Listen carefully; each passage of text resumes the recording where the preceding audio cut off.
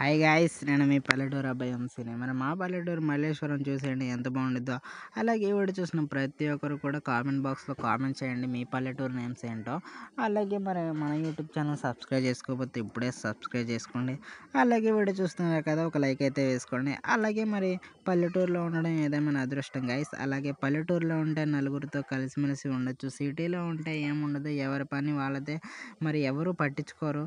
అలాగే పల్లెటూరులో ఉంటే ఆటలు పాటలు అన్నీ ఉంటాయి గైస్. అలాగే కొన్ని పల్లెటూరులో అయితే సెంటర్ అయితే ఉంటుంది మంచిగా.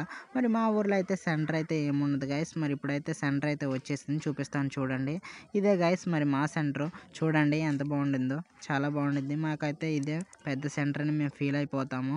బస్సు ఎక్కాలన్నా ఆటో ఎక్కాలన్నా అదే సెంటర్. ఇదైతే రాములూరు గుడి గైస్. మరి ఇక్కడైతే కుర్రోళ్ళు అయితే వినాయక చవితి పండుగ బాగా చేస్తారు.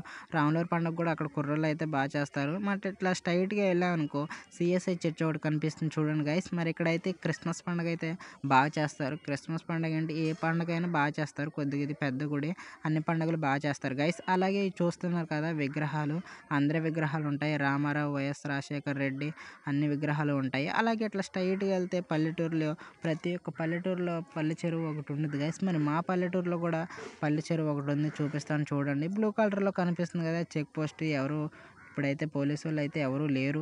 ఇది ఒక చర్చ్ గైస్. మరి ఇది ఎఫ్ఎఫ్ఐ కల్వర్ చర్చ్ అంటారు.